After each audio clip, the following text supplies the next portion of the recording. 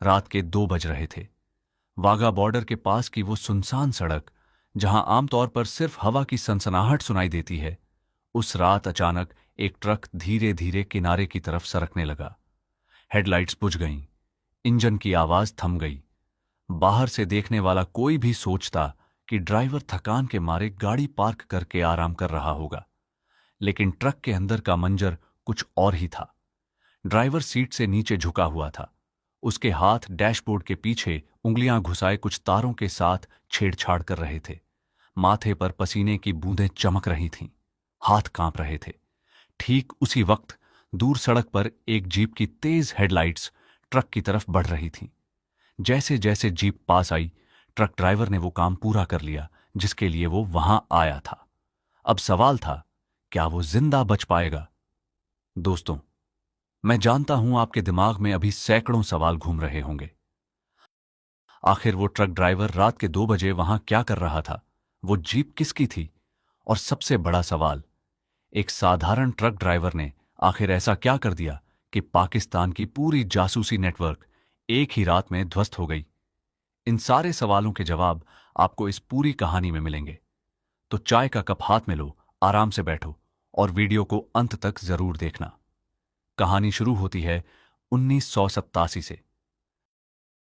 पंजाब उन दिनों आग की तरह जल रहा था। आतंकवाद चरम पर था। स्कूल, मंदिर, बाजार, हर जगह डर का माहौल। पाकिस्तान की आईएसआई लगातार भारत के अंदर घुसपैठ और जासूसी का जाल बिछा रही थी। वाघा बॉर्डर के आसपास का इलाका तो जैसे बारूद का ढेर बन चुका था। छोटी सी चिंगारी भी भयानक धमाका कर सकती थी। इसी माहौल में अमृतसर से महज 15 किलोमीटर दूर एक छोटे से कस्बे में रहता था जसवंत सिंह। उम्र करीब 35 साल। गठीला कदकाठी, सूरज की रोशनी में तपे चेहरे वाला साधारण सा इंसान। उसके पास अपना एक ट्रक था जो उसने सालों की मेहनत से खरीदा था। घर में बूढ़ी मां, प्यारी पत्नी और एक नन्ही सी बेटी थी जो अभी ठीक से बोलना भी नहीं सीखी थी। जसवंत का रोज का रूटीन एकदम तय था। अमृतसर से अटारी, कभी कभी वाघा बॉर्डर के गोडाउन तक माल ढोना।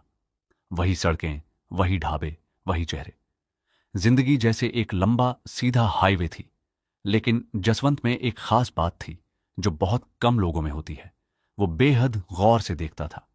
रास्ते में कोई गाड़ी असामान्य जगह पर खड़ी हो, कोई चेहरा बार बार दिखे, कोई छोटी सी चीज जो दूसरों को नजर नहीं आती, जसवंत की नजर उस पर अटक जाती थी।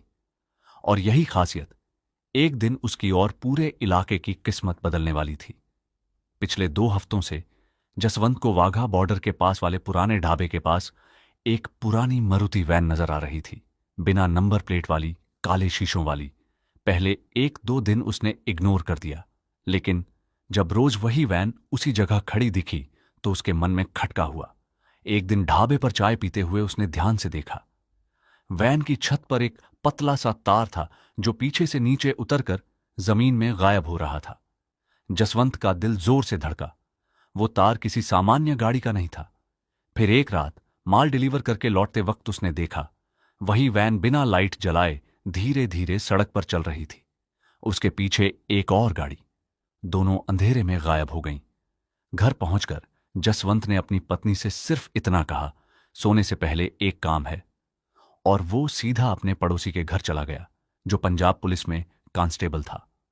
अगली सुबह दोनों थाने पहुंचे। सीनियर ऑफिसर ने पूरी बात सुनी, कुछ नोट्स लिए और बोला, ठीक है, हम देख लेंगे, तुम जाओ। जसवंत को लगा सब खत्म हो गया, लेकिन वो नहीं जानता था कि उसकी छोटी सी सूचना इंटेलिजेंस ब्यूरो होते हुए रॉ तक पहुंच चुकी थी। रॉ के अधिकारियों के कान खड़े हो गए। उन्हें पिछले कई महीनों से खबर थी कि आईएसआई ने पंजाब बॉर्डर के पास एक एडवांस्ड कम्युनिकेशन सेटअप लगाया है जिसके जरिए पाकिस्तान को भारतीय फौज की रियल टाइम मूवमेंट की जानकारी मिल रही थी। लेकिन उसका ठिकाना नहीं मिल रहा था।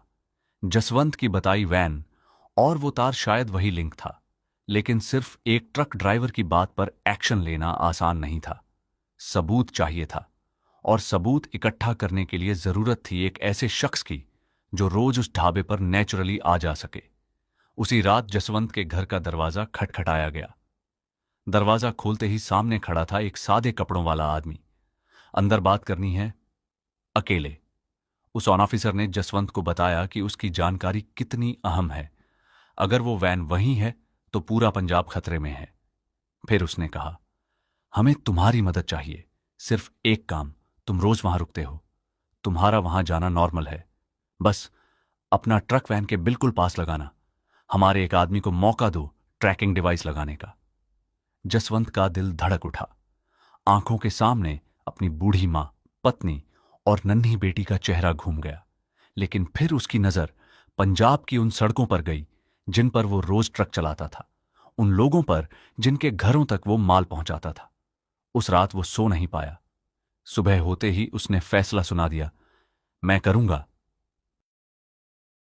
प्लान बहुत सिंपल था। जसवंत रोज की तरह ढाबे पर रुकेगा। रॉ का एक एजेंट आम कस्टमर बनकर बैठा रहेगा।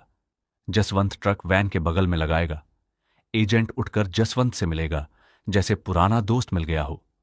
उसी दौरान दूसरा एजेंट वैन के नीचे ट्रैकिंग डिवाइस लगा देगा।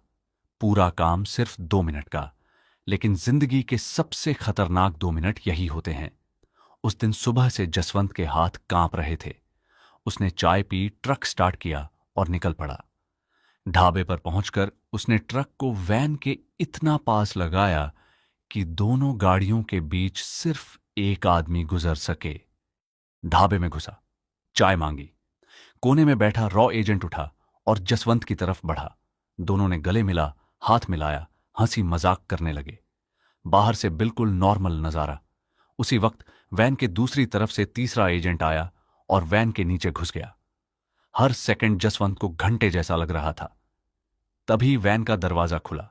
एक आदमी बाहर निकला। उसकी नजर सीधे वैन के नीचे झुके एजेंट पर पड़ी। समय रुक गया। जसवंत के दिमाग में फ्लैशबैक की तरह मां का चेहरा, बेटी का चेहरा घूम गया। उसने बिना सोचे समझे जोर से कहा, अरे भाई साहब, आपकी गाड़ी के पहिए से कुछ आवाज आ रही थी। मेरा ये दोस्त मैकेनिक है, देख रहा था कहीं पंक्चर तो नहीं। वैन वाला रुका।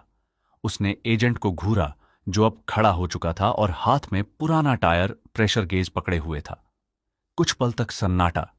फिर वैन वाले ने धीरे से कहा, ठीक है, और वापस अंदर बैठ गया। जसवंत ने चाय का पैसा दिया, ट्रक स्टार्ट किया और वहां से निकल गया। कुछ दूर जाकर उसने ट्रक किनारे रोका। हाथ इतने कांप रहे थे कि स्टीयरिंग पकड़ नहीं पा रहा था। सड़क के किनारे बैठ गया और आंखों से राहत के आंसू बह निकले। ट्रैकिंग डिवाइस ने अपना काम कर दिया। अगले 2 हफ्तों में वैन की हर मूवमेंट ट्रैक की गई। पता चला कि यह वैन एक बड़े जासूसी नेटवर्क का हिस्सा थी। पंजाब के अलग अलग इलाकों से भारतीय सेना की जानकारी इकट्ठा करके पाकिस्तान भेजी जा रही थी। नेटवर्क में कुल 9 लोग थे। एक ही रात में 7 को पकड़ लिया गया। 2 पाकिस्तान भाग गए।